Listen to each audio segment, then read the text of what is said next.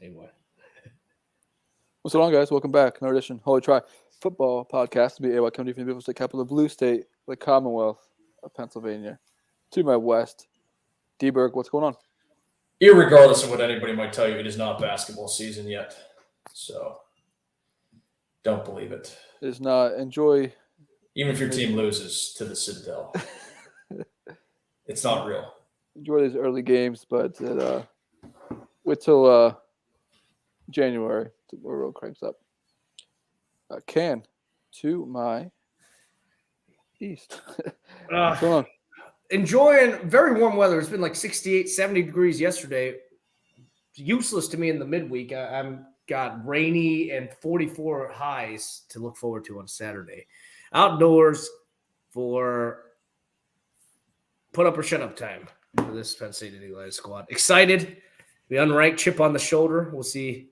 No longer favored. They were favored. Now, Dave. They were this morning. No, I saw +1 today, or just a couple minutes ago. Yeah, interesting. Okay. Dave now thinking upset again. He was not. That would be an actual upset by ranking and by spread. Yes. But Turn back. Enjoying it. Enjoying how much the committee is getting shit on for the rankings. They're hilarious. They are hilarious. The biggest one is what, Michigan State behind Michigan now, right? Correct. Yeah. Yes. We started with the Cincinnati, and then you could pick a few. For me, it was glaring. I think Ken agreed. Minnesota. Yeah. That capsized the Broken Oar celebration last weekend, and this week it is Michigan and Michigan State, as well as some of the reasoning that goes along with some of these selections and where they're based. As far as Gary Farda mentioning how Maryland was a good win, and mentioning how they really have their eye on Penn State. They're a good team. Okay, how they're not top 25 is beyond me. I was looking at some power ratings today, and I know a few weeks ago I brought up, is this the closest our three teams have ever been? And per the one set of power ratings I looked at, we were all within 1 point of each other. So wow. I do believe, I think that's pretty accurate. And for the better. If we did play the Holy Try Commander-in-Chief, I think it'd be a great battle between the three of us. Holy Try and Chief. How many instances have there been where a team is ranked in both the AP and coaches poll, but not playoff rankings? It's got to be like a Small UTSA situation, or one of those where like they're undefeated, but they still can't make it in. Yeah, I guess if they had to give an explanation, right? Yeah. It's just the Illinois only being a few weeks ago. And it is a gross one. What is even closer in time was the Michigan State game, which they have also overlooked. Yeah. The explanation of we think Michigan is better. A better team. Okay. I think you could just save yourself the headache, rank them back to back, put Michigan State ahead, obviously, and then as the year goes on, you could point to certain things. We'll let it play out and not have to take the heat for it, but they enjoy the heat. They enjoy the heat. They enjoy the drama. They enjoy something like that is where I point to the second rankings in the middle of the season. This is obviously to get conversation going, and I like it. I'm here for it. I love the bunk. I love the conversation. The dialogue. That's his favorite. I love the dialogue. I'm here for the open dialogue. The end is to the means for King, yes. I guess. I don't know. Yeah. Flash Johnson mentioned Citadel. Yep. Off the top, I said it's not basketball season. Nothing counts. No, okay. That was within the first minute. You got that out of the way. Yes. Capel's already suffering a decommit seems like a result of that. I don't know. I would think, yeah. Yeah, he's lost guys in the past because of stupid stuff like this, and then managed to get guys after that, and then it hasn't really got much return. But for maybe a month here and there, like a good month. Last year, would they win? I think they won 4 or 5 in a row, or 4 or 5, 5 or 6 to start ACC play last year. That's been the highlight of the Capo era. And what was an all-time bad conference. Not as bad as the football conference right now, but it was not a great one. And yeah, that's where we got year 4, baby. Year 4. Give them 5. I don't care. See where we're at after 5 years. Said the same thing about Kevin Stallings. I'll keep it consistent. Yep. Doesn't look great though right now, because I was cracking up when obviously there was a giant response to that on the Rothstein thread when he did his signature, the epitome of brutality. Classic. I believe I caught that the Citadel was projected to finish 9th of 10 in the the SoCon, right? Yeah. Yep. So not great. But you've got the backyard brawl coming up. That is true, yeah. Which is funny because when they were, I think it was the second year of Stallings at their all-time low point ever in basketball history. For now. They came out and played West Virginia, who was a Sweet 16, and gave Villanova the biggest run for their money. I think they lost him by 6 or 7, maybe. It was a close game, so who knows? It is what it is, as they say. It is what they is. It is what they is. Yeah. But it's not basketball season yet. It's not basketball season, so I don't know why I wasted 3 minutes talking about that. It's not. So it's fine. As far as the playoff rankings go, we will ride this carousel again next weekend. We'll see what Bard and company have in store for us then. Have you gone over, is just the last thing, since we already talked about Penn State, since they're probably the biggest story of this week's playoff rankings, but is there a path for Notre Dame at this point? Or do you think like the Cincinnati loss is just not it's not going to do them any good? We would need, let's see, Georgia. Oregon, right? Oregon, yeah, to fall to Utah. I guess Bama. I'll get to this later. I have something I say for you guys, but we need Bama to fall out. I think that's definitely possible. Yeah. The Michigan State, I think Penn State can help with one of those, and Ohio State would take care of the other. And then basically, since you keep winning, so you're looking at Notre Dame's path would be a Final Four of Georgia, Ohio State, and Cincy, and I guess you'd still need Oklahoma to fall. Yeah. There is a path. It's definitely not clear by any means, but could I see Notre Dame finishing 5th? Yeah. Would it be a very overrated 5th team? Yeah. Could I see them losing to Virginia this weekend? Absolutely. So we'll see. But could they backdoor their way in? Yeah, they could. Okay. We need Can's pillars. We'll look at that maybe. Maybe in a week or two if we get some carnage. Yeah. That'd be wild. That would be scary, but. Oh man, yeah. That's where, having already been to the playoff twice, do you really want to have a third? I mean, obviously the answer is yes, but yeah, it gives you pause because do you want to play that Georgia team? No. Would I be upset if it just take 11-1 and be on the way? Yeah, that's fine. Play the ACC champ for one true ACC champion? One true. It will be good, yeah. Yeah, sign me up.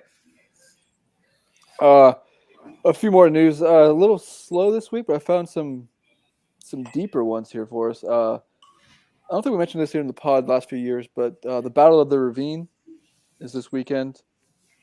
It is Henderson State versus Wichita Baptist.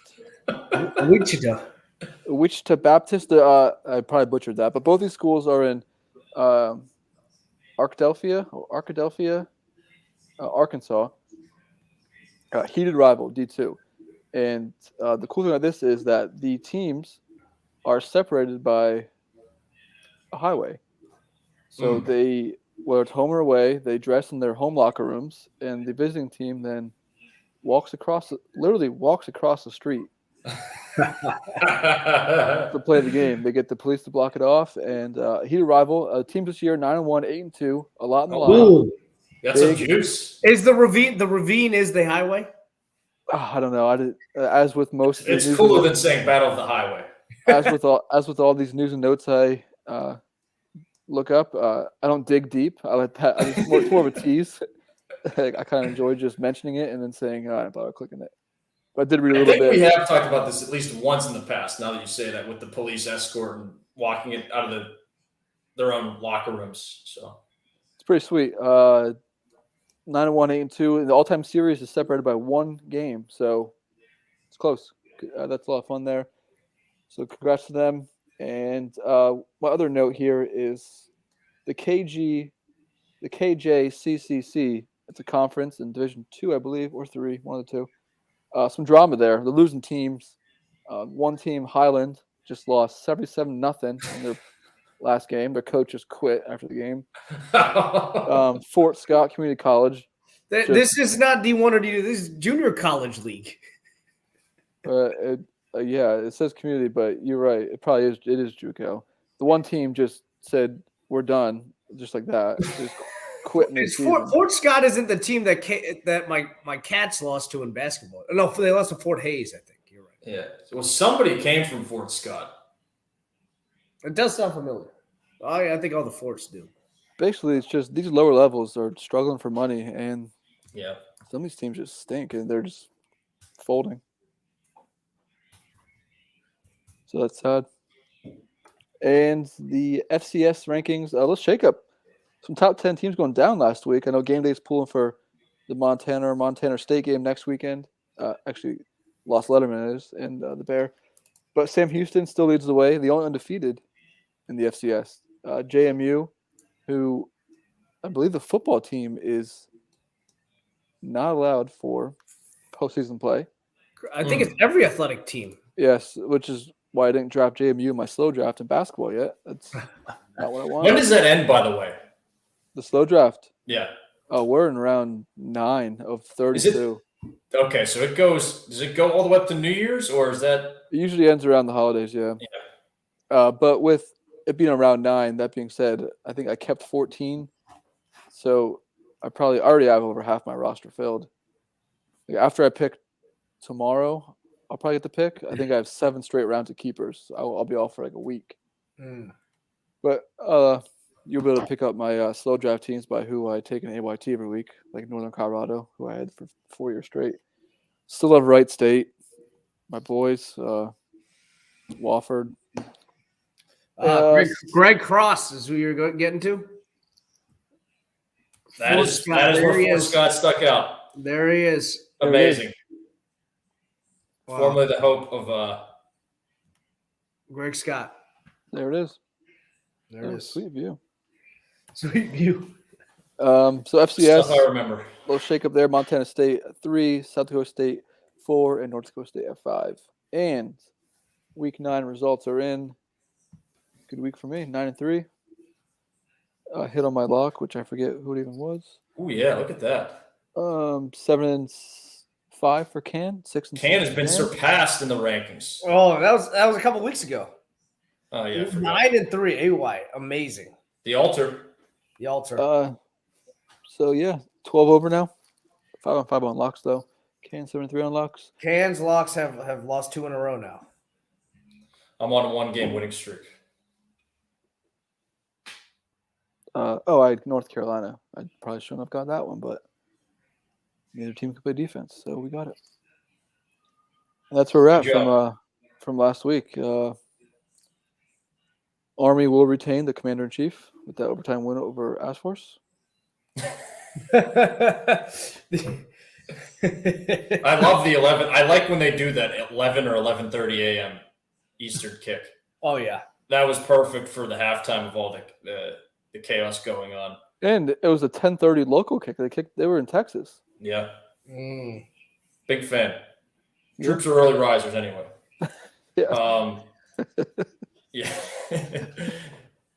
So that's what we got for the news this week. You guys got anything before we get into the slate? I don't believe so. Just man, I don't think we'll get to it. Let me see. No, we will not throughout our slate. So just Florida. Wow. Florida. Wow. Florida is gross. That was my takeaway from Saturday. I didn't put any Florida or any Jimmy Lake stuff in here, but no. Well, it was the beginning. I mean, we shouldn't call this Black Monday, but it's like Gray Monday, where the beginning of the carnage starts. You saw a lot of assistants getting relieved of duty. Grantham, third and Grantham out. You saw Jimmy Lake getting rid of John Donovan. The Donovans out. You saw, which all reports are Jimmy Lake is out too, just not announced yet. Just not announced that he's suspended. Scott Frost not out. Restructured contract, and then restructured. He must be coaching. He's got to be coaching for free next year, right? And then just canceling jobs. But then getting rid of half of his staff. That's good. I don't know who's coaching these kids. Oh my god. But yeah, Scott Frost doing the same thing. It's an amazing time of year. The cell. I feel like it's spinning stronger than it has in past years earlier. Could be, but I think that's also propelled by the USC and Louisiana State jobs being open. We'll see how it goes. It's exciting. It's going to be an exciting November. We're almost halfway through it now. Some big games to come together here. I'm excited for the final stretch here. Week 11 upon us. Mm-hmm. Yeah, so let's get to the game of the week, Oklahoma at Baylor. Oof. Game day not going there, but pretty big implications here. Baylor. Where are they going? Big Nude is there. Oxford. Not bad.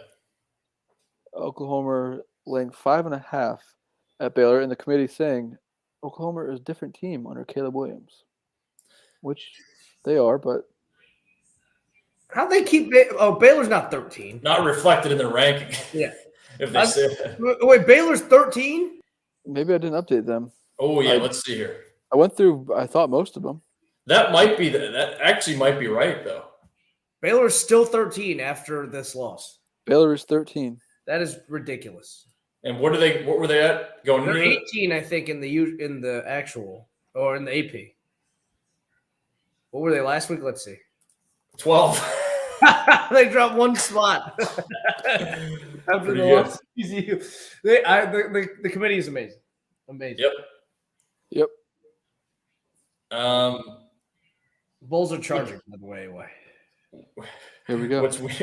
What's weird about how much of that TCU game did you guys watch? Obviously, Ken, you were going out on that. I had it on the third screen. Oh, okay. You know, is it Jerry or Gary Bohannon? I don't know. I always thought it was Jerry. It's like Gary or Jerry Gergich from Parks and Rec. Jerry Kellerman. Yeah. Didn't hold him very high standing in terms of being a true playmaker and just more of a game manager, obviously. Right. But made a ton of nice throws and then just, had a really, really bad turnover in that game. But I still think they'll be able to move the ball and hold Oklahoma enough. Plus, you figure, obviously not last year, but 2019, they played that epic game. They had a huge comeback. Oklahoma did. And then obviously followed it up with a really classic Big 12 championship game where I think Bohannon was in that game for at least part of it, as well as Zeb. And I think they had 3 quarterbacks in there. 2 good games. Yes. So with all that said and being recent, I'm a little bit worried because Oklahoma is coming off the bye, and obviously they being an 8, they probably need some style points. I just don't know if they're capable of doing it in this spot. I think Baylor does get off the mat to make it pretty entertaining, like 35-31-ish. Yeah, I don't think Baylor is. I don't think they've been good all year. I still don't think they're good. I think, again, Oklahoma hasn't been impressive. They're coming off a bye here. I think. Would you say they're solid? They're very solid. Yeah. I think they're not. I mean, they shouldn't be worried about anything from a playoff committee standpoint. They win and they're in, right? I think the bye week is did them well. I think it gave them a chance to further solidify things with Caleb And I think that they will be able to come out, and I think this will be a type of a banner game for them. I mean, I don't think it'll be the vintage, Oklahoma 60-point game, but I do think they'll win pretty comfortably here against Baylor. I haven't been all in on Baylor for a while now. They haven't won really sexy. Who knows what the locker room is like? Congrats to their coach. I forget what his name is, but getting that Texas Tech job as well. So with all that said, I think Oklahoma is going to get things back on track here. I think they're going to be on somewhat of a warpath. This is the first time they've gotten to go out and show the committee what they're made of since the committee put them at number 8 last week, right? So I think they'll be looking to make a statement. I'll take Oklahoma here at the minus 5.5, and I will lock that one up, actually. Oh, okay. Yeah. Saw that come once you started. Yeah. Well, as you know, this is where Can would, so I need to now start pushing pillars. Zach. Oh. I like Abram Smith for Baylor. How that rushing attack has really gotten going. Mm-hmm. There are 2 losses this year, both on the road. Okie State, great defense. TCU. I don't know how to explain that one. Looking ahead, dud. Jerry Kill looked ridiculous. With the sideways. You guys saw that they did the Gatorade bath on the wrong coach, right? No, it's not. They Gatorade bath the coach, and then he pointed at Jerry Kill. Was like, he's over there. He's over there. He's coaching. They were looking for him. They showed him on the sidelines looking for him, and then they decided on the one coach and did it, and it was the wrong coach. Amazing. Jerry, Gary, whoever it is, just hand it off to Abram Smith. I think he's going to have a huge game. He's had over 125 the last 3 games, really getting it going. And I think they can do this. Definitely cover, sprinkle the money line. Ooh. If I'm going that far, I'm not going to hedge out here. So, yeah, Baylor wins. They've beaten BYU at home, Texas, Iowa State. Maybe they're the Big 12's version of Auburn. Do it at home. So, okay. Baylor pushing that first pillar. Pushing the first pillar. Dan, who'd you have? I took Baylor to cover. Oh, right. All right. Speaking of Auburn, they are at home this week. Mississippi State comes to town. I feel like these SEC West teams, I know they play each other, but I feel like we had the same matchup of mid-teens in the rankings every freaking week now. Every similar. Well, I mean, this is what happens this time of year. You know that. Mm-hmm. So how is Mississippi State still number 17? I don't know.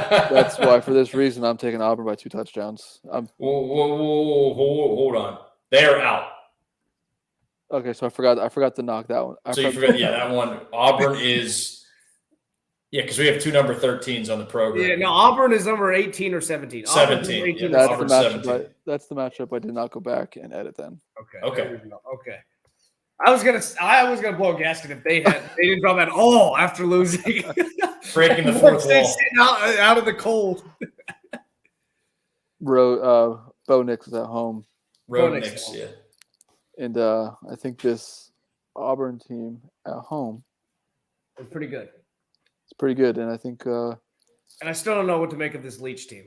What is this? I'll circle back to Auburn later on. I think Auburn will be able to take care of business here. Defensively, they're very stout. They didn't give up a touchdown last week. I think it's the 17 points. One of them was It ended up 17-3. Is that what the score was, or did they get another score? I think they got another one, didn't they? They did. 20-3. 20-3. So they didn't give up a touchdown. They gave up four field goals, though. Good job by the defense last week. Bo Nix at home, like you said, different guy.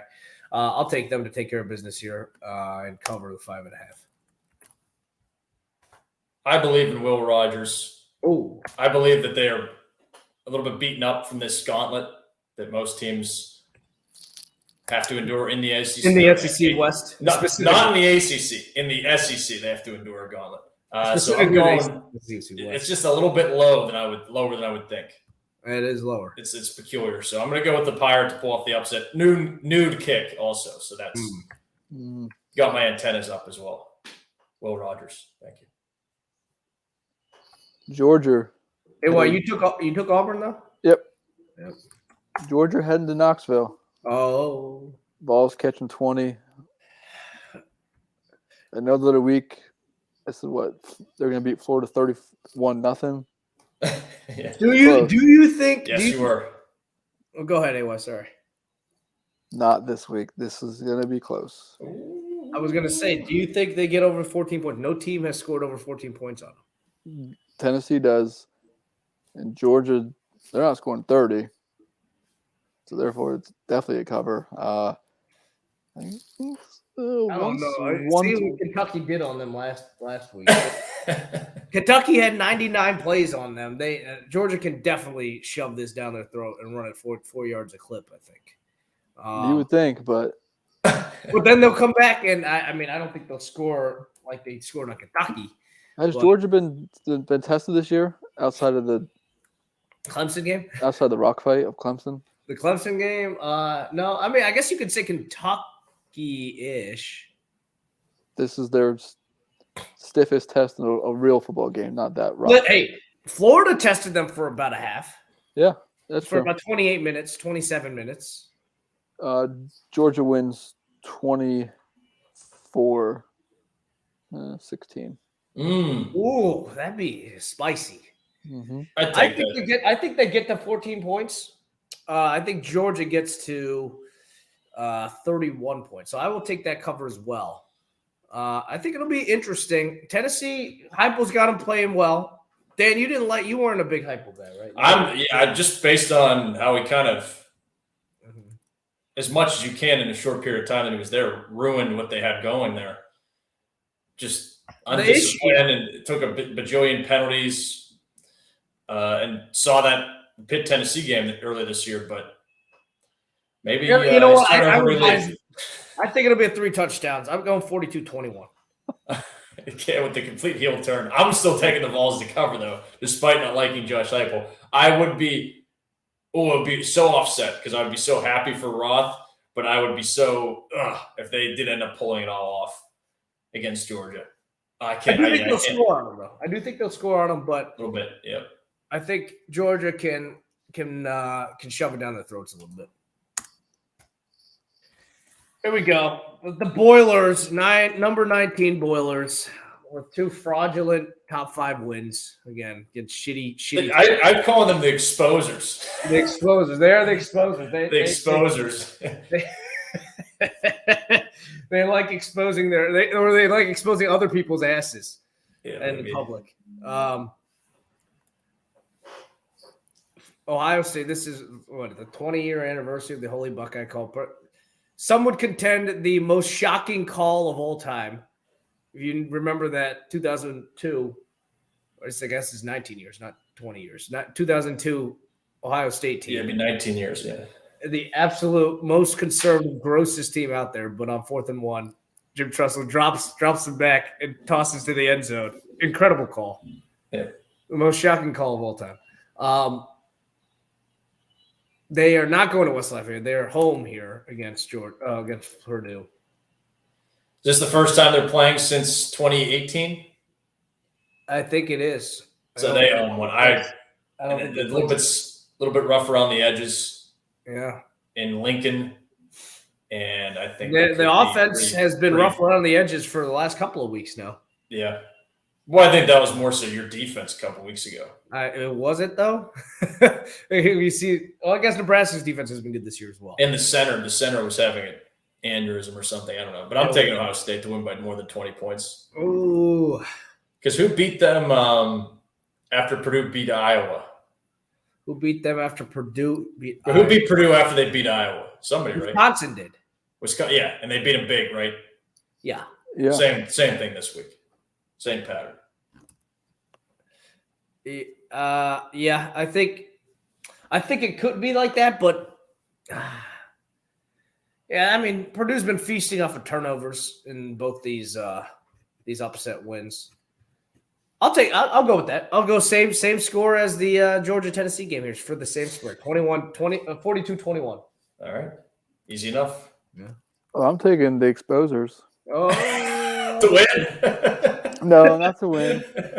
I've seen this team up close. If you recall, a month True. ago. Oh, he's pushing pillars right now. He's SOS. He's SOSing right now. They pulled the Irish's trousers down a smidge. That was a halfway exposure. Yeah. They tried to take a little quick peek. But Cone came up big on a 4th down throw to Kyron on the HB angle for the 4-5 touchdown. Look, Ohio State, they looked awesome. I guess that Maryland win is good. I mean, look at what Tulsa did to them. Tulsa hung around, played with them. Yeah. I know it was over a month ago. Still, even last week, Nebraska could have easily been better. Scott Frost would have maybe had some better calls. For field goals. I heard somewhere there's a reason Scott Frost is so bad in 1-score games. Yeah, the guy situationally has no clue what he's doing. Yeah. I get it. Come off. You guys saw the stat, right? I sent you the stat about him.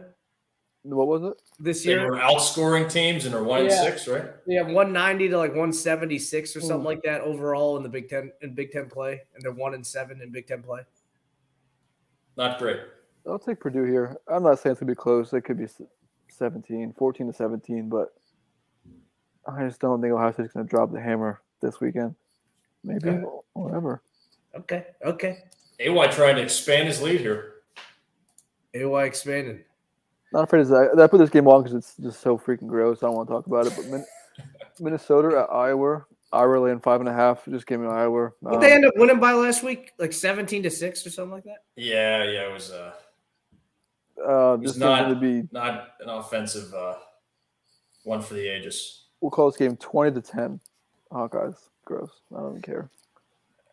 This 5.5 is right there at like a weird play. I mean, I could see Iowa winning like 20-17 or 17-14, but I think they'll win by a little bit more than that because Minnesota, they're not good. They've beaten Purdue. I watched them last week against Illinois. I watched some of that Bowling Green game, and I can't get any of that out of my head. Maybe it'll be the same score as last week: 14-7. 14-6, 14-7. Gosh. A team will win 17-16. I guess for the sake of stenography, I will pick Iowa 17-16. But you've got Minnesota. Yes. Okay, fun game here. Miami at Florida State. Ooh, the rivalry. Pivotal implications for the Postal.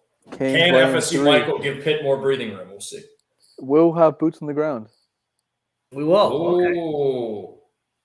Okay. He will be in attendance, so it's fun. A rivalry game. Diaz righting the ship a little bit here. Yeah, 3. I think they've won 3 in a row. 3 in a row now, including 2 ranked wins.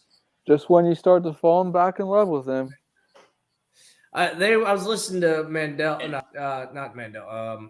Stu and Mandel, Bruce, Stu and Feldman. Yes, Bruce was saying that it was more likely that the AD would get fired before Diaz even. Interesting, because things are so bad there. But interesting. And nonetheless, I think he'll, especially given the current sell situation, I don't think Miami would be in the best position, right? So I think he's probably safer unless things completely go off the rails here in the next couple of weeks. But which they didn't. Yeah, I think he's probably going to stay. Yeah, right. It's not the best time for them to go coach hunting with all the competition they'll be going up against, right? Exactly. But we got Florida State here. How's Dan, did you figure out if I was wondering, AY, maybe you know, is Milton played last week for them in a losing effort. I don't know if Jordan Travis is hurt. Let's see here. I know they had a giant flu outbreak last weekend. Yeah. Oh, even more than Florida's? Jordan Travis is back to QB1. There you go. It was not COVID related, but just flu. This was FSU also? FSU, yeah. I got the tip from FSU Michael, I think, on Thursday. He said there's like 20-some guys out for this weekend that didn't even travel. That's what Mullen blamed it on also. Mullen had 24 guys that weren't practicing because of flu. Yeah, so And LSU, yeah, we'd say. that's I guess all of the Florida. could be some of the stinker they let last week against NC State. But I mean, Florida State, look, last 2 weeks they get Clemson and NC State. Are those the two best Ds in the ACC? Probably, yeah. Probably, yeah. Not Pitt. No, definitely not Pitt. No. A bit of a reprieve, a large reprieve this week in defense. I think Florida State comes out firing here. Both teams are going to score, that's for sure. Not much D in this game. Van Dimes. I'm just gonna, just for the sake of maybe Dias and Cal feel themselves a little bit, I'll take the Noles here on the field. I like that. I think it's time for a breakthrough win for Norvell and his Mike N. They've what? Mike N. They had that terrible start to the year. I think they almost climbed back to 500, right? With the Clemson. Yeah, they won 3 in a row against right. Syracuse and UMass. Right. I think this will be a good statement win for them against a rival. I'll take them also. I'll take FSU, Michael, on the ground. Hopefully you'll bring a win home for yourself here. I'll take them with the points. Yeah, make it a sweep here. Obviously, selfishly, I'd like to see Florida State winning. Because the Panther rate is not running the table these last 3. We'll get to that later, though. Dan pushing the pillars now. Yeah. All right, A&M at Ole Miss. Aggies 2.5-point favorites in Oxford. Great game here. Great game. Oh, that's good. Great game here. So this is I subtly teased this earlier, and now I'm going to mini dive into my reasoning for the importance of this game. How was this not on Games of the Week? I don't know. Just last week there was a note saying no more A&M and Ole Miss or Arkansas, whoever, in the games of the week. So I think we've stayed true to that. Okay. So A&M is today. All right. I played A&M to win the SEC. Ooh. The reasoning behind that is, what was it? We'll get back. 15. We'll circle back to that in the end. Okay. All right. Sorry. I'll let you. So A&M is 4-2 in the division. Bama 5-1. A&M needs to win at Ole Miss. Then they get Cupcake, and then they're at LSU. So Orgeron's last game, tough. They'll be favored. They're favored this week. They'll be favored against LSU. You would think. LSU a little bit of pride last week against Bama. Good fight. Those to be favored. Yeah, I mean, we'll see. So A&M, should be favored these 2 games. Bama, New Mexico State this weekend, and they close home to Arkansas, and then at Auburn. Auburn won the last 2 games of the Iron Bowl on the Plains. This year, you saw last week Bama against LSU, 6 rush yards. You gonna run the ball against Auburn? No, you're not gonna do any better against Auburn. Bo Nix at home, big game. Not afraid of Bama. They can do it. But the pillars I need here, A&M obviously have to win this week. I mean, yeah, that's a must. Unless Arkansas gets Bama, then we're reset. So I'm banking on A&M winning this week and winning at LSU. Favored, but coin flips of sorts. Bama dropping one of Arkansas or at Auburn could happen. I think it should be about a 7 to 8 point line. The Bama Auburn game, according to power ratings, as of now, and then obviously A&M would get Georgia, but that's down the line. So if they make it there, cool. I can reevaluate, reassess the line. I mean the number. Some books, Casino has the 18-1. I found it, I think somewhere DraftKings maybe 35-1. Well, I'll tell you who dropped the ball. I'll tell you who dropped the ball here, and that's Mr. FanDuel. Guess what number we got today? 60. 80-1. Whoa!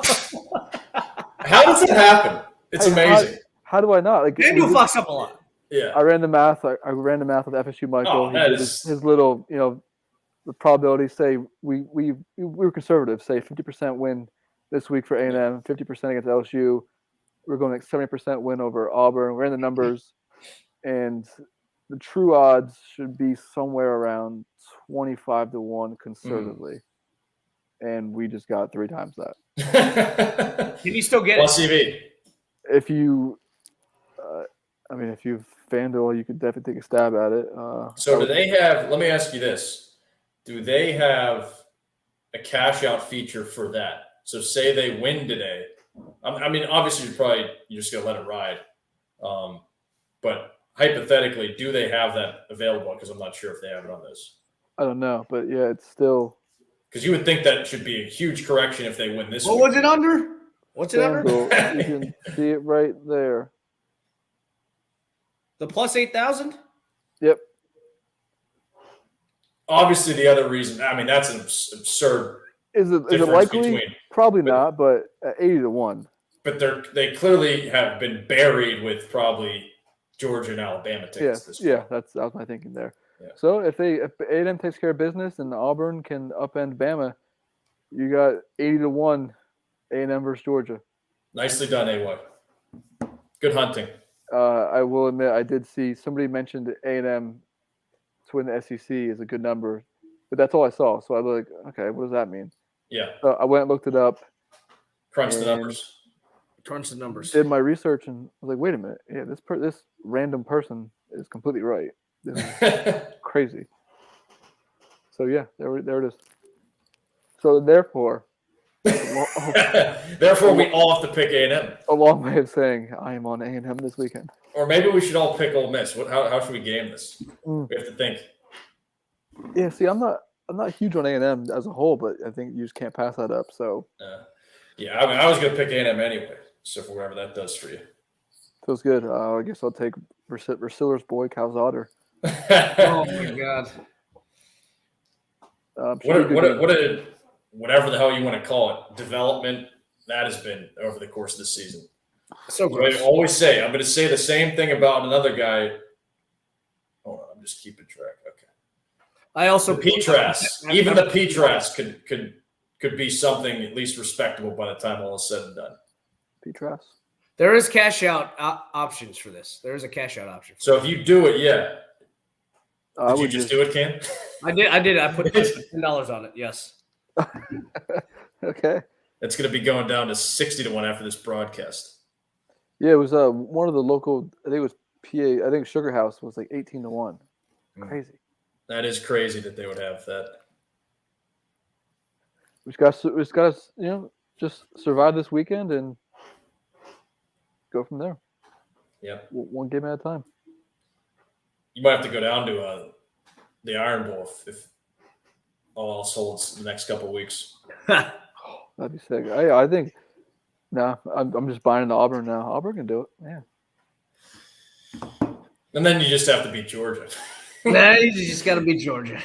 Do you think you would consider a cash out? Would you do the Ravel cash out if like with Northwestern last year? If they did actually get into the SEC championship game? I wonder what they'd be getting you off at. Probably 20-1, maybe. I don't know. It's just a ballpark. I would consider it. I think I'd just go out and knock out some Christmas gifts. Yeah.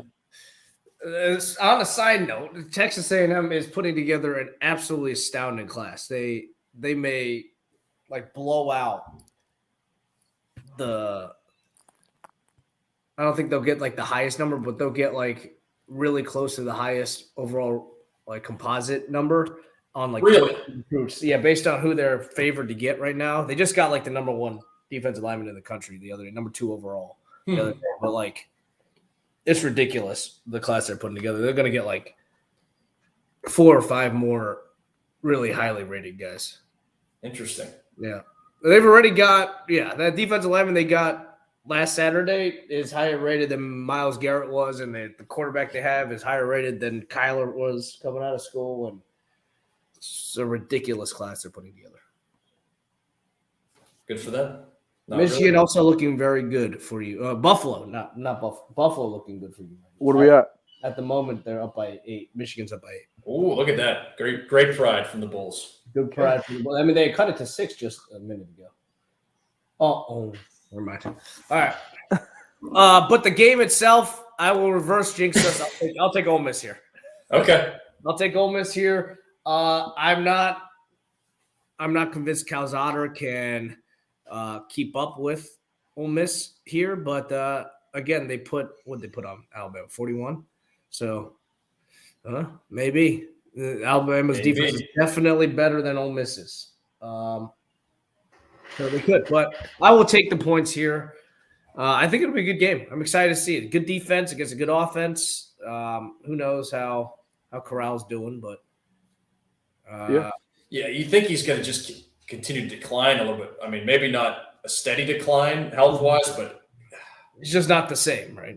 It just slowly deteriorates. Trust me, I know what that's about with my quarterback. True. If I were a Penn State fan, I will definitely have this on the screen number 2. Mm-hmm. There we go. There are 2 more here. NC State at Wake Forest. Fun little game here. Wake Forest avoiding the conference loss last week. AY with the ACC love this week. I love it. It's a good conference. I think I lean the Wolford wagon, although that's blowing that lead to Carolina to lose your undefeated in playoff season. I mean, tough to get off the map, but I think NC State, I'm not impressed. I think of the contenders within the context of the ACC. I would go NC State. I would put them last. I just don't. They're not good. Yeah, I just don't feel like that BC game they played a few weeks back. It was just bizarre. Also, that Wake loss not affecting their ACC chances at all. Yeah, not their ACC chances, but no impact on their ACC championship. Yes, we buried the lead there with the elusive second installment of a Wake North Carolina non-conference rivalry football game. I think I'll probably go with the Wolford wagon here. I really do. Yeah. I know they're talking about, we talked earlier about the NC State defense, and is that going to get enough stops, and then maybe their offense will chew through that Wake defense that just gave up over half a century. But I'll go with the Wolford wagon. Here we go. Yeah, I'll join you there. I know they lost 3 defensive backs against Carolina last week. I'm not sure of their health, but is losing them really? I mean, they weren't good to begin with, apparently. So, yeah, I do think they can. I think they get off the mat here. Maybe they have a 1-game bounce back where they just summon it all and rally, but fade to the end of the year. But I think they do rally this 1 game. I'll just squeak it in here. Actually, Ken, you want to give your pick? Yeah, I'm taking Wolford wagon as well here. Okay. So I just want to do this. I've been thinking about this with some of the, officiating, as we saw on Monday night with my Lurs, even at all levels, seemingly questionable. Yes.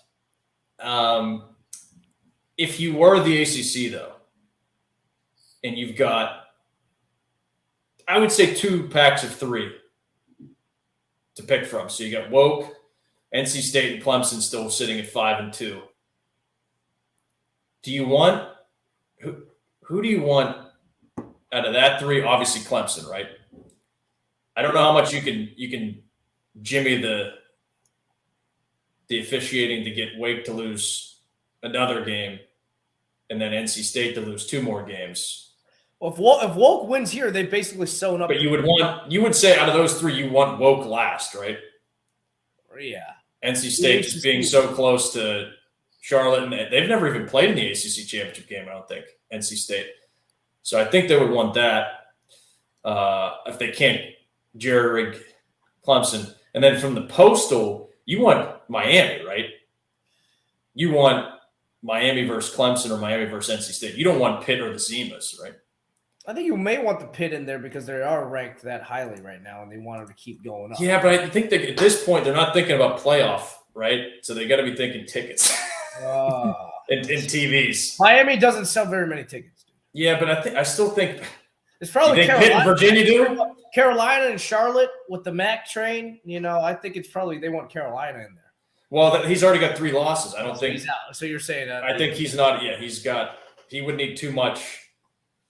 It's gross. It is a sad state of affairs right now for Mac. I mean, no, I mean for the ACC. Oh yeah, in terms of it's similar, but the overall quality's obviously plummeted because of Clemson sucking or not being great. I would argue the rest is status quo. The rest is status quo. That's that state of affairs is that they they have to hope for these teams that will not sell any tickets. Yeah. Anyway, did you take Woke or Doran there? Woke. They get off the mat. So we're all on Woke then. And did you guys took Texas A&M there? Yes, and you have Ole Miss. I have Ole Miss, yes. And we got the Heisman punter over here. Incredible. Absolutely incredible. He'll be busy. He'll be busy. Wow. And he's not even at altitude at San Diego State. They're right there on the ocean. Yeah, so he doesn't get the home field advantage, but he does have some Mountain West air that he's kicking in. Right. A few of the places he's going. Slightly aided. I'm gonna skip off to the Lou quick, but I'll take the wolf pack. You take a wolf anyway with the wolf back. Okay. All right, yeah. So we'll rummage through here. We got one left. Yeah, we got one. That's what he's saying. He's taking wolf back. Oh, Nevada. Because we were all on Woke. We were just talking about NC State Wolfpack. Now we get the Nevada Wolfpack. And Dan thrown for a loop here. Yes. Okay. I will go with Buffalo just cut it to 5. Look at that. Look at that. Michigan and Ohio State, the 2 front runners in the Big Ten hoops this year. Yeah, Michigan's pretty good, man. They looked good in the first half. They were up by 20. Yeah. But both getting a scare was where I was going with that. Oh, Ohio State is absolute ass. I hate them every year. But I'm asking in terms of perception and going into this year that are they the 2? They're so gross. They're the least sexy team ever. But I'm asking the question. Yes, perception-wise, yes. Yeah. Going into the year, okay. Yes. Illinois also, I think, has some respect. A lot of people have Corbello winning it. Speaking of which, you saw what's his face is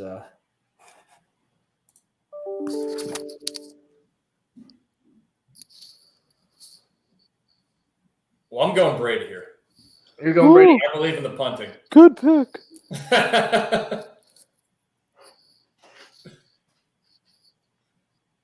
Ken, who'd you take? I am also taking the Heisman punter here. Here we go. Okay, another game for me. On to Thursday night. On to the Thursday nighter. On to Thursday night, 6.5. The first good Thursday nighter, or maybe the second one if you count Zima's in Miami, right? Yeah, that was a good game. But in terms of pedigree, I would say this one's got a bit. Pedigree, this one's better, but we still haven't even gotten that many power conference games on Thursday nights. I mean, it's a shame the NFL has, as they always do, pilfered college footballs. They are the sandworm from Dune. They take everything. They took this. I'll tell you right now, this will be on TV1 tomorrow. Ooh, yes, I'm looking forward. Well, a little bit of rain in the forecast, I was just told earlier, because I have not replaced or exchanged the rain jacket I got for the holy date. Her birthday was in September. So I did learn this where rain in the forecast, as I said. Talked about North Carolina's performance, shootout. It's happened a lot for them this year, kind of as expected. Record has not gone as expected, I think. When we talked about this going into the season, going through Pitt's game-by-game schedule, probably would have them at most with 2 losses at this point, maybe the Irish and then another slip-up, if that. But here we are, Pitt in the driver's seat. Carolina just – they said earlier, too, more or less playing for pride at this point, 3-3 in the coast, so they need some crazy chicanery to win the division. I don't even know what the scenario is. They'd have to win tonight, or tomorrow night, obviously. Pitt, another lackluster defensive performance. So as I've been saying, especially in recent weeks, anything is possible with this defense. There's no, oh, yeah, we're going to be favored in the last 3 games. We should go 3-0. Power rankings, yes. But when you have this, whatever the opposite of a trump card or, wild card with the defense, would you be stunned if Carolina put up 58 points again? Maybe a bit, but if they could definitely outgun Pitt, certainly it's in play. Pitt's offense, on the other hand, really has been consistent throughout the year. So here we are. It's like it's 2016 again, forces the schedule a little bit softer. 2016 again, though. I don't think there are any major injuries, although Pitt did have a handful of guys go out. I would say probably the biggest of the bunch that I recall off the top of my head would be Keyshawn Camp, but he plays defense. See what I said 45 seconds ago about the defense. So it's really a non-factor in that respect. It's like Penn State suspending the defensive tackle for half a game for the half. Hey. What are you throwing your hands up at? Buffalo has shot to get within 3, and then now it's an 8-point game. Sorry. How much time left? 5.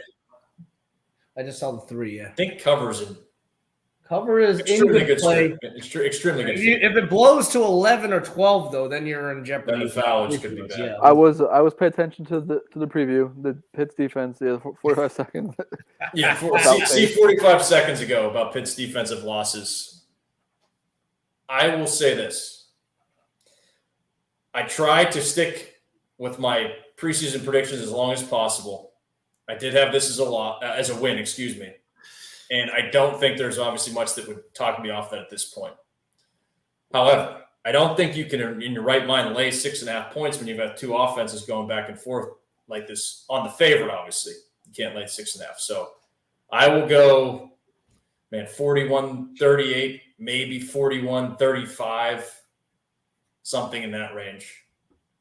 The back door is going to be open. Pitt got up on them 2 years ago when they played and finally beat them in the ACC. Right. And then let the barn door open. And then it obviously went to, I think, 2 minutes. It go to double overtime, I think. So, yeah, I think you get some cojones if you take or lay the 6.5, excuse me. Right. I am, I think this will be a great game. I'll take the 6 points here for Matt. I hope the weather holds up, that's all. Yeah, it could be a little wet, right? Yeah, around 10, I'm being told. So okay, so maybe game might be in hand by then. In the last 2 weeks, the last 2 home games, it was supposed to rain. It didn't, so it spit a little bit on both occasions, but held off. I'll take the 6 points here that Matt. I think I could see a 3-point game either way. I could see a very similar game to what we saw Mac in just a week ago, right? Which means it's an exciting 6-point or exciting 60 minutes of football, up and down. Mac obviously he's got a good offense. Defense isn't good. Same deal with Pitt. I'll take Pitt here to win. Stay on the warpath here to Charlotte. Dan, law of averages, they are due for a win here. They've lost a lot against Mac. So I'll take them to win here by 3. I think it'll be a great game. 49-4. That 49-45. I'll take them to win. The championship drive from Pickett at the end. It'll be exciting.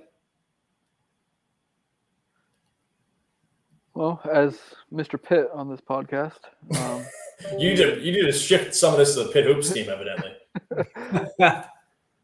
These are my 2 top favorite quarterback prospects in the draft. I know how beginning of the year was number 1 up there. Him and the Rat. First Pickett has now played his way into that area. And you got Malik Willis hovering around there, and some others. But Pickett and Howell are still my 2. Well, Howell still and Pickett. They're my 2 favorites. So I'll be excited to see them. I think, Dan, what I was going to say, you closed with. How in your right mind can you really lay 6.5 with these 2 offenses? I think you just have to take the points here in this situation. As many points are going to be scored. And I'll tell you this. I felt more confident about Pitt many times this year. This is on the lower end of the scale. It's true. AY with the honesty. So I think Pitt does win. I think we're all going HP here. Ooh. Pitt wins in a close one. I think this is going to be good. Dan, you took Mac with the points too, though? Yeah, 41-38 or 41-35. AY, you're taking the points or no? Taking the points. All right. But the drive to Charlotte is still on. Fill up the tank. AY threatening to also make the jump. Very much threatening. Hilarious. It'd be sweet. It'd be awesome. I'm not sure what that was there, but I don't like the call. Buffalo down 10, TV timeout. Looks to be offensive. Yeah. Excited for this game, though. It'll be good. Should be good. Carolina is just elbow. They hit him in the elbow. You don't want to play Carolina. Mm-hmm. They're just the defense, especially when they're mediocre like this. They're so bad. But they're the team that, like, they lose, but they've got a freaking offense that can score on anybody, so they're always a threat. What do they call the elbow there? I think so. Yeah. Not great. We'll be all right. Yeah. 3 good games this week for us. Man. All right, so we've got the Ocker game here. Battle for Ocker. Ocker coming into town. Andrea, shout out Andrea or Andrea. Sorry. First game, I believe it is. So Zach is excited. Not the stripe out, the stripe game. Did you guys? I did send you guys this, right? The stripe game, yes. Not the stripe out. So we get the one blue stripe in the middle. Dan, we were talking about the stripe game, not the stripe out, right? Yeah, so important to distinguish. Yeah, the singular stripe of blue down the middle of Beaver Stadium. Had to concoct something for the. Looking forward to the aerial. Look, I mean, it's going to be wet and cold, like I said, so I don't see much of the white showing up throughout the stadium. This game coming in to the season had extreme confidence in. Penn State has played well against Michigan lately, and obviously Michigan had a lot of trouble, a lot of question marks coming into the season. I think they've done a good job of answering a lot of them. Defensively, they've looked good with their new defensive coordinator, the guy they brought over from Baltimore. He's done a good job. The defensive ends have done a great job. Jabo. Big threat. He comes from the same high school as Owe. Actually, I think he picked up football because Owe introduced it to him. Actually, Penn State was after him for a while. One of the rawest guys coming out, but he's shaped into form now. Seems to be catching stride. He had a great game against Michigan State. You remember seeing him out there catching his stride. Him alongside Hutchinson on the other side. Aiden Hutchinson could be Big Ten Defensive Player of the Year. He's been fantastic. They provide a lot of pressure and do afford a lot of flexibility for Michigan on the back end. So Penn State, the tackles have not been the strongest this year. Caden Wallace has been playing with a bum left shoulder. I think if you watch him, he has not been himself the last couple of games. He's been playing hurt. It has been fun to watch. The entire line hasn't been good at running the ball. I know we've gone over that extensively. The pass blocking has been a little better, but I'm worried about with this team, what will happen if you try to sit back there, because Clifford, for his part, played a great game against Ohio State. Against Maryland, the bowel movement not as good as you would have liked. I think he got a lot of happy feet. He held the ball a little too long. I think he was seeing pressure when he may not have had it, and he's got to trust his line and trust his gut here, because holding the ball a little too long last time, he took a lot of sacks against Maryland. John Dotson obviously bailed him out, but going against that defense is going to be tough, especially on the back end. Though the back end, they're dealing with an injured Jamon Green. I think his name is Jamon Green. Jamon Green is out one of their corners. They've got a fantastic safety in Dax Hill, former 5-star out there that plays the nickel as well. He's very good player, as well as Ross, a linebacker, a guy that's played a ton of football for them. They got a very stout defense. I don't expect Penn State to be able to run the ball against them because they haven't been able to run the ball against anybody. So it'll be – That was your cue there anyway. I'm saving it for the Lawn Boy segment. They oh my God, I didn't see Michigan go on this run here. Hey, another 3, yeah. All hell's breaking loose. That was a jinx by me. Yeah. We're all right. It'll come down to the pass game and the short pass game. Penn State's done a good job. I like Penn State's athletes against their athletes on the back end. I know they have to run the ball to keep the defense honest and to be able to open up a lot of things within their playbook, but I hope they don't go to it too much. It's going to be tough, though, especially if it is wet like they're talking about it being, to have to rely on that. And hopefully they're practicing for it and they're preparing for it because it could be wet out there and windy, which is tough for Penn State, who relies so heavily and needs so much from their pass game. Defensively, Penn State obviously has had a pretty good defense, but you can see it in the Maryland game, not just Maryland game, Illinois game, was actually the poster child for it. But people have been able to run the ball on Penn State. They're one of the bendiest defenses I've ever seen. Fantastic red zone defense. Another 2 for 5 performance in the red zone for them. Just amazing. I'm not scared of McNamara. McNamara is nowhere near 100%. I know that he's probably closer to 70% than 100% from what I understand. Though he is expected to play. There are a lot of guys on that offense that are hurt, and even if they do play, they will definitely not be at 100%. You saw Blake Corum leave the game last week with a rolled ankle. He's, I think, 50-50 and expected to play. You've got a lineman as well, I think, that's been hurt. I forget what his name is. You got Andrew Anthony, who went off against Michigan State. He's been out as well. I think they expect him to play as well. And then Eric All, the tight end, who had like almost 100 yards against Michigan State as well, who, like I said, is out. So a lot of guys that are hurt. I think they're expecting a lot of them to play, but who knows what type of situation they'll be in. The thing with them is they haven't been able to really throw the ball that much. Oh, another one, AJ Henning. They're do-it-all guy, very fast, quick guy. He's also been hurt. But, again, they've had these weapons on the outside. They haven't really been able to do much. I think McNamara's got like six touchdown passes or something like that. Really small. But, they run the ball like crazy. And Penn State, what I say just a minute ago, 2 minutes ago, they've done a poor job of defending the run. And it's not the best matchup. I expect a lot of, the loading up the line, having nine linemen down and just pounding Penn State. Like they did, like Illinois did, frankly. And if that's the case, I think Penn State will be okay. I'm sure they're preparing for it and expecting it. They don't have Mustafa up front, which is tough, but I think they'll have to be able to take their lumps. The key is, hopefully being able to force some holding calls, being able to get them off schedule will be very important here because Penn State's secondary, I think I've said it before on this pod, I think they're the best that they've ever had at Penn State, which is saying something's a long history, and they've done a great job this season. The 2 safeties have done fantastic. The corners are long, rangy. I'd love to see McNamara put it up, and I have full confidence the secondary would be able to win that fight.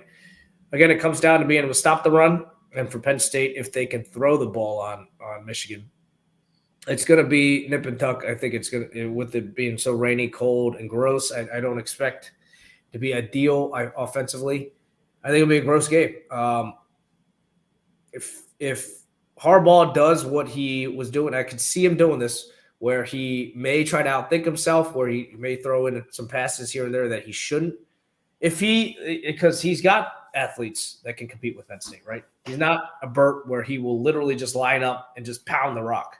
Right, and go just try to beat them up because that's the only chance they have. Right, Michigan, I feel like they may try to get cute here and there.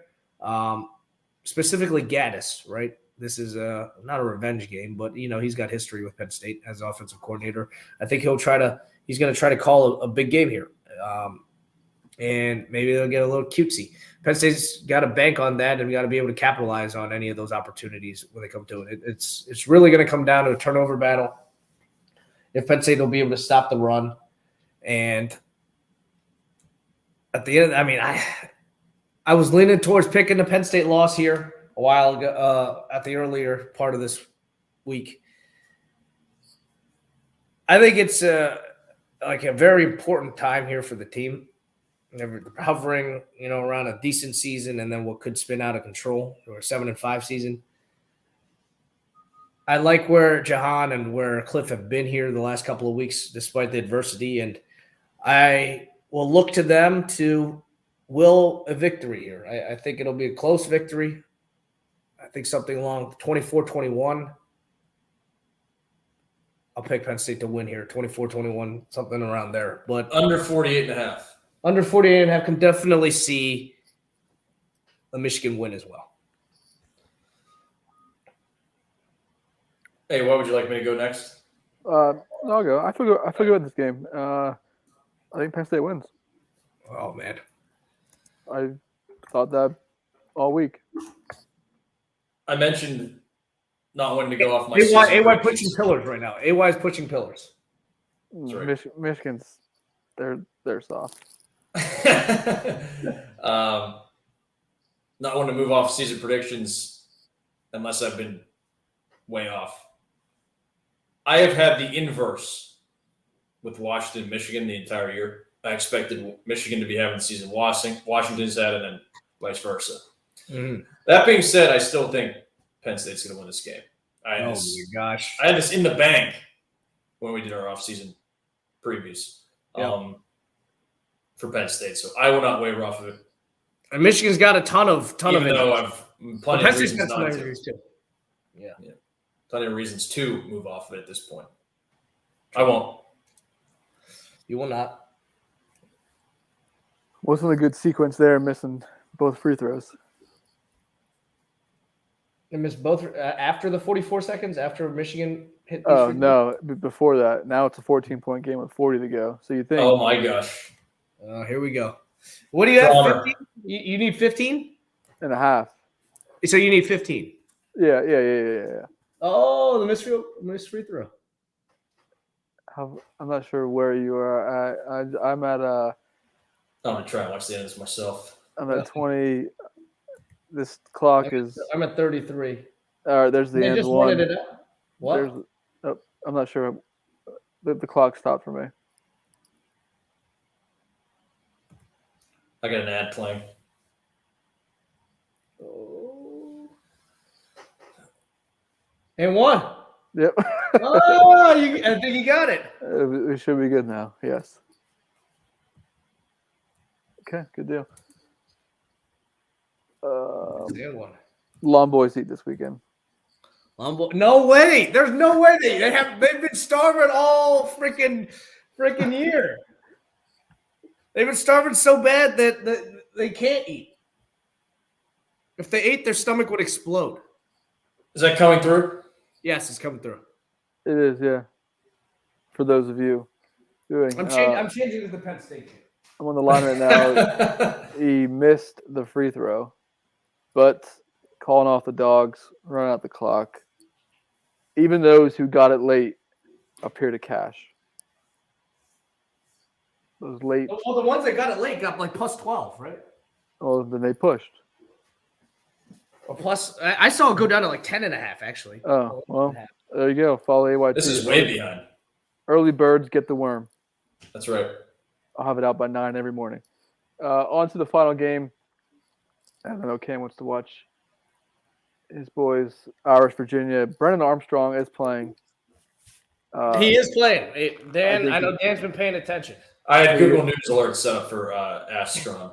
I think it could be the Clifford, Illinois game for him. He'll be wearing a huge flak jacket. And I think one shot by Isaiah Foskey could hinder his performance the rest of the game. But Virginia slings it. They throw 400 yards a freaking game. They don't run the ball. They don't try to run the ball. Hamilton is still out. Smart. I mean, do what you got to do. Huge injury. Avery Davis last week. Notre Dame's seemingly 9th-year receiver who can still come back next year. This is number 4? Number 3. Kevin Austin, number 4. Avery Davis, my favorite receiver for Notre Dame. Torn ACL. You knew it as soon as you saw it. That's not good. He'll be back next year, hopefully. So that could hinder the game. So Michael Mayer stepping up above Austin. Lorenzo Styles has been playing a lot. Colsey. Receiving options are a lot. Kyron's beginning it going. The offensive line's beginning it going. So let's just keep riding this momentum. Notre Dame wins a fun game, close game. We'll have them covered too. 37-30. Yep. I think you mauled this team. 41-24. Yeah, it'll be gross. Yep. It'll be, completely gross and just absolutely it'll be an absolute slugfest. But they'll be able to run on them. I'll take the points here. Or not take the points. I'll lay the points here. Yeah. How could you pick an ACC team out of conference unless, of course, they're playing another ACC team, even against the spread? I'm taking Notre Dame here. It's as strong is not in good shape here, and it'll be low score, and this will be like a 24-14 win here for Notre Dame. Yeah, the offense still hasn't. It's showing off and on. Cohen in the 2-minute, mixing the Buckner, but this week could Kyron and the O-Lions really been coming on. So run the ball, keep it going, and let's get to our locks of the week. Ken, you spilled yours earlier. As Youngstown goes up by 1. Yes. Go Gwins.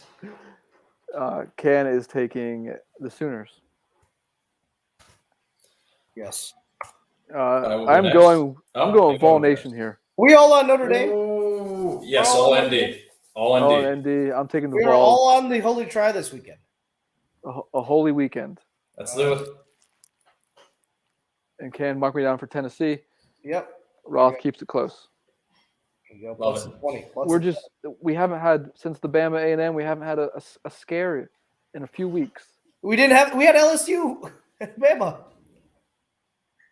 Yeah, that's true. We had I even watched that. I didn't really feel threatened, even though they had the ball. ball. It was threatening. I know. Cam, Dan, where are you going? I'm going to my keyboard's on, so I don't break anything. I am going to the AAC. And a guy we've talked about, AY won an awesome parlay with him last year. Holton Anis. Holton. Getting 5.5, and the ECU Pirates, for those that don't, for the uninitiated, Holton Ahlers is the quarterback for the East Carolina Pirates. I've since called him Holton Anis from his poor performances he has had. He's definitely at least his third Except year. for when AY needs him. Yeah. It's at least his third year as a starter. So, yeah, they were getting 5.5 at Memphis. Memphis has been, not so swift this year. And it seems that Mike Houston, who I'm watching you, Mike Houston. They did just beat SMU. Yep. They also have No, the they didn't. They didn't even play SMU. Didn't Memphis just beat SMU? Oh, Memphis did. Yeah, Memphis did. Sorry. Yeah, so I'm selling high on them at that point. And, SMU being exposed. Memphis has the Lychee Row and the Memphis and the SMU wins. Yeah. But I've got Anis and the ECU Pirates. I'm watching Mike Houston. He is on my – I would say if he finishes up and gets 6 or 7 wins here, they got Navy next week on the road, but still on the road. I think they could be bowling. They'll be on my wish list for Pitt, even though there's no way they're going to fire Doozy if he wins 9 or 10 games this year. Speaking of Holton, since we'll relive the magic of last year. If you're looking for a similar, 10, 11, 12-point dog to money line parlay to get home this week, I think look no further than Stanford, catching around 12 and a half out there in Corvallis. Oh yeah, Pac-12 network when no one really watches. It was Beebs. Oh, you better not say that too loud. It hurts, but keep your eyes out for maybe take a Stanford money line and parlay it with a Cougs to cover. Okay, in against Austin. Oregon. Yeah. So a little turn down, but I'll sprinkle on that tree money line. Yeah, Washington State getting better since they're allowed to be vaccinated now, or whatever the hell's going on there. By the way, Stanford does stink, but sometimes it just doesn't make sense. Beef's potentially overvalued. Can't say I disagree. Good stuff tonight. Big weekend for Holy Tribe. 3 big games, 3 fun games, 3 close, all within a touchdown. And we start off Thursday night. I cannot wait. Tune in for that. Very excited. Here we go. November football. We will catch you all next week. You guys have fun at the games. And for me, the beautiful state capital, the blue state, the Commonwealth, Pennsylvania. To my west, Deberg. Good night, all. And Canton to my east. Good night. Thanks for listening. Thanks for watching. Have a good one. See you next week. Can't change his brightness level on the way out. TV. It's a TV.